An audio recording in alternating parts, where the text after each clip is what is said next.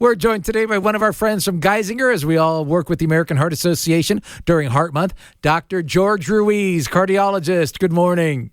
Good morning. How are you? Great to talk to you. Northeast Pennsylvania and healthy eating. We really don't, we usually don't put those two in the same sentence, but we want to try to teach and educate people, don't we? I agree. I think people need to understand that food is really medicine. And the choices that you make, both at the deli counter, in the supermarket, all those have impacts on our health. Yeah, healthy food choices are so important. And once you get into the habit of it, it's not all that hard. I think you're right. Humans are really a collection of habits. And if you can get into good habits, man, it can make a real difference for you. No doubt about it at all. Absolutely. And, if you're not eating healthy, if you're struggling with what to eat or maybe even making your food dollars stretch further, you're not eating as healthy as you would like, boy, the results of all that can be so devastating, can't it? Absolutely. I mean, we know that there's a direct connection between some of the foods that we eat and heart disease. And it's really important that we try to get into these healthy habits that keep our health, our heart, and our lives healthy. And I'll give you one simple example that I tell patients all the time. And this is maybe this will ring true for you. It's connected to snacking, right? So I have teenage daughters, and they'll come home from school. They'll be a little hungry. And, they immediately, easy to reach for the cookie, easy to reach for something that's high in sugar, that's going to give you that quick on, but also the quick off. So next time you're in that situation, maybe reach for some almonds, or which the body will digest a little more slowly. The fats in those almonds will get into your system and then give you that sense of being satiated, of being full, without necessarily that high caloric intake.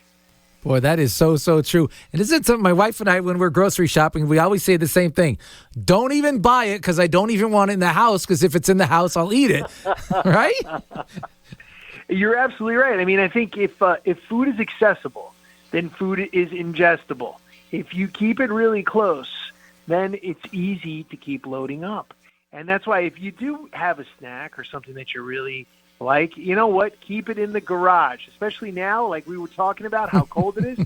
You may be reluctant to go out there. And also, when you're serving food for the family, if you put a huge vat of pasta in front of you and you can just keep going into it, then your calories you'll consume more calories. So if the food is accessible, the likelihood is you're going to eat it. So knowing that, try to make sure that you make the right choices in the supermarket. And if you do have a snack that you really, really love, try not to make it super accessible. That is a great idea. And I know you're going to relate to what I'm saying, but a buddy of mine was in Italy a few years ago. He told me how thin everyone was, and he told me about how small the portions were. Exactly right. It's so funny. If you go to some of our restaurants, right, it really has completely warped the way that we see portion size.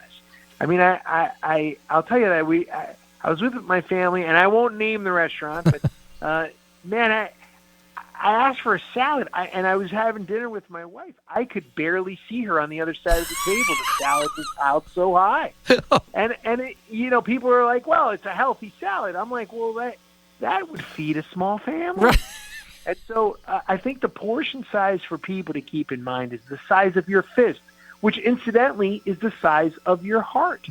So if you're going to pick a portion size, the size of your fist is about right. And this is one example often, when people think of steak, for example, they're like, "Oh, that's tiny. Look at it." But no, it's the size of your fist. So it's really important that we get the portion size right. You're absolutely right, because even if it's healthy calories, it's still calories nonetheless.